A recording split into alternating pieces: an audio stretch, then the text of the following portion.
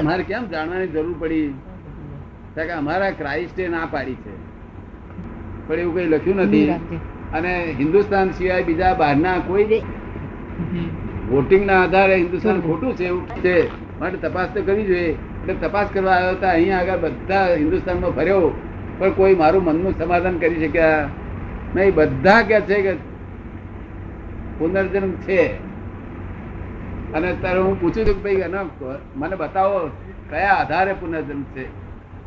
તો આપડા લોકો શું બતાવે કે એક માણસ ને અહીંયા આગળ 8 વાગે આ માણસ ગરીબ નતો જન્મે છે, 8 વાગે પેલા તો શ્રીમંત જન્મે છે, એક માણસ કાળો જન્મે છે, એક માણસ ગોરો જન્મે છે, એક કદરૂપો જન્મે છે, એક પગ ભાગેલો જન્મે છે, એક મરેલો જન્મે છે, એક જીવતો જન્મે છે.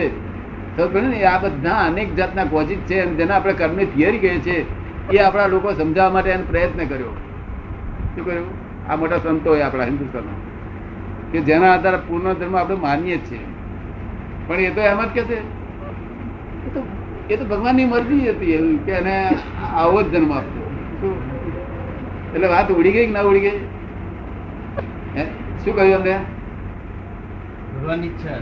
હા, અને ગરીબ નો તો જન્મ, અને આપ જન્મ, અને પગે પગે ખોડીલો જન્મવો, અગર અને જન્મતા મધર ઓફ થઈ ગઈ, એ બધું ભગવાનની મરજી જેવી હતી.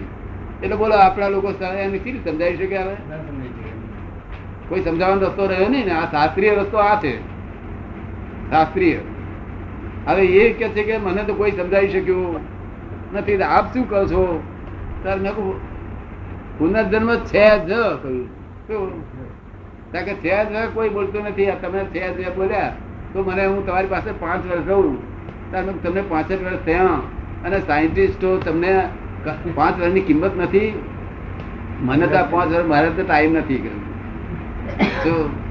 પણ તમને મને કહે છે મારે જાણવાની એટલી બધી ઈચ્છા છે કે 5 વર્ષ તમારી જોડે રહું, પણ મને જણાવડાવો. મેં કહ્યું કે આને માટે હું શાંતાક્રુઝ એરપોર્ટ ઉતરતા પહેલા હું તમને બેઝિક રીતે આપી દઈશ, હું વિગતવાર નહીં આપું. તો એટલે બેઝિક રીતે આપી દઈશ, સમજી જાય. સાયન્ટિસ્ટોને બેઝિક 2 વાક્યો આપીએ ને, બેઝમેન્ટ અને ફંડામેન્ટલ આપીએ તો પહોંચી જાય. તો અને આપી દીધું, અને તે સાયન્ટિફિક રીતે પ્રૂફ કરી આપ્યું. મુસ્લિમો આવે છે, મુસ્લિમોને પ્રૂફ કરી આપીએ છીએ આપણે. એ કઈ રીતે સમજાયું આપે? આ મન વતન કાયા ગર્ભમાંથી ઇફેક્ટિવ છે. શું છે? ગર્ભમાંથી ઇફેક્ટિવ. હવે બહાર જે છોકરાને ઠંડી લાગે છે લડે છે ને, અરે કાયા ઇફેક્ટિવ છે માટે છોકરો લડે છે ને. આપ સમજવાય ને, ઠંડી લાગે છે, ગરમી લાગે છે તો લડે છે. એટલે આ મન વચન કયા ઇફેક્ટિવ છે. શું છે? ઇફેક્ટિવ. એ એને સમજાવતો મારે થોડો વાર લાગેલી. તમને જરાક જલ્દી સમજી શકો, એને થોડી સમજાવતા વાર લાગેલી. પછી મને કહે છે ગર્ભમાં ઇફેક્ટિવ હતો એ કેમ ખાતરી થાય? ત્યાર પછી મારે એક દાખલો આપવો પડ્યો કે અમારા ગામમાં એક બાઈને છે તે શીંગડું લાગેલું, શીંગડું ગાયનું. તે ગર્ભાશય આગળ શીંગડું વાગ્યું. તે બચ્ચાનો આંગળી એક દોરોય નહીં, એક 32 ઇંચનું ને એટલું બહાર નીકળી ગયું. હવે આંગળી એટલી બહાર નીકળી એટલે બોરસદના બધા જે મિશન વાળા છે, ડોક્ટરો બધા આવી ગયા. એ લોકોને આંગળી અંદર જાય નહીં ત્યાં સુધી લોહી બંધ થાય નહીં. એટલે એ લોકો એ થઈ ગયા કે આપણાથી બની શકશે નહીં, કોઈ બીજા કોઈને બોલાવો. એટલે આમાં એક ગયડા માજી હતા 80 વર્ષના, તે આવ્યા. તે ડાક્ટરોને કહે છે કે ભાઈ તમે બેસો, તમારું કામ નથી, એ તો મારું કામ છે. આ કે ડાક્ટરો મનમાં એમ થયું કે અમની પાસે કઈ હથિયારોની એ પેટી નથી, કશું નથી. માજી આ શું માજી શું કે છે? આ ગાડું કે છે કે સાચું કે છે? એટલે પેલા વિચારથી બેઠા.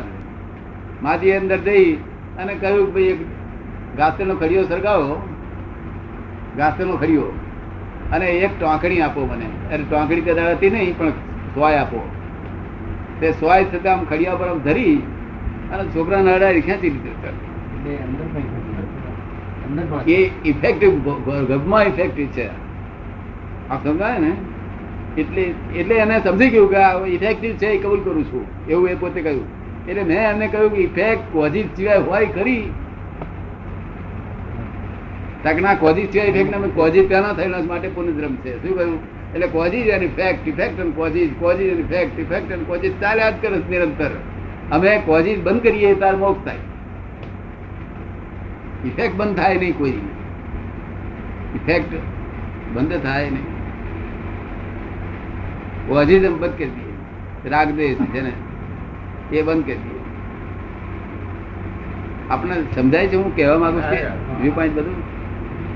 એટલે આ સાયન્ટિસ્ટોને કબૂલ કરવું જેવી વસ્તુ છે. આ તો કોઝિસ અને ઇફેક્ટ, ઇફેક્ટ અને કોઝિસ, કોઝિસ અને ઇફેક્ટ, ઇફેક્ટ અને કોઝિસ ચાલ્યા જ કરે છે. હવે દાદા કહે છે ને જેલમાં કાલે તો કે મને વાંધો નથી, મારે રોજ જે છે અંદરથી બાવું વાંચવું પડે, ચલો બહારથી વાંચી લો. દાદા ભગવાન બધા જેલમાં ગયેલા. ભગવાન જેલમાં નહોતા. કૃષ્ણ ભગવાન જેલમાં હતા જ ને કે છે કૃષ્ણ. ના, અરે મારે એક પર કેસ બનેલો ને એવું, મેં સાંભળ્યું. મારે એવું બનેલું હતું. તે મેજિસ્ટ્રેટે એવું કહ્યું કે હું તમને જેલમાં ગાળી દઈશ. અમારા ભાગીદારને શું કહ્યું કે તમને બે ભાગીદારો જેલમાં ગાળી દઈશ કે છે, જો આની જોડે નિકાલ નહીં કરો તો તમારા માણસ જોડે. એટલે અમારા ભાગીદાર કહ્યું કે સાહેબ હમણાં જ અમારા ભાગીદાર આ પાડે છે કે છે. જેલમાં જવા. એટલે મેજિસ્ટ્રેટ આવું જોયેલું નહીં. એટલે પછી મેજિસ્ટ્રેટ કહે છે આ કઈ જાતનું, તમે જેલમાં છે ને? તક ના, અમે જેલમાં બેસી. કારણ કે મારે ઘેર છે બારણું વાંચવું પડે છે ને પોલીસ વાળો વાંચશે, એટલે મારે શી ફોન કરે.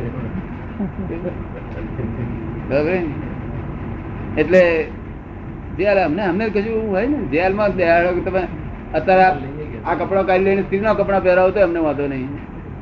અગર અમદાવાદ ભર બજાર વચ્ચે કપડા તમે કાઢી લો તો અમે નિરાંતે શરમ વગર પાછા આવીએ બધે. શું કહ્યું?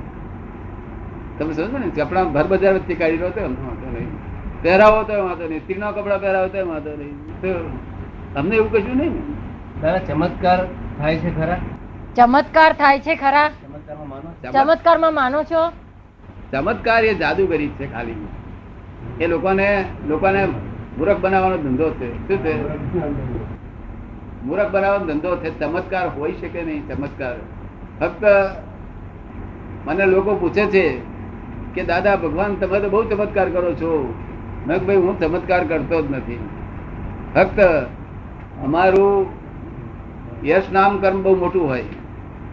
કોઈ જૈન છે આમાં? અમારું બહુ પ્રખર છે પંડિત. અમારું યશ નામ કર્મ બહુ મોટું હોય. યશ નામ કર્મ. કયું નામ કર્મ? યશ નામ કર્મ.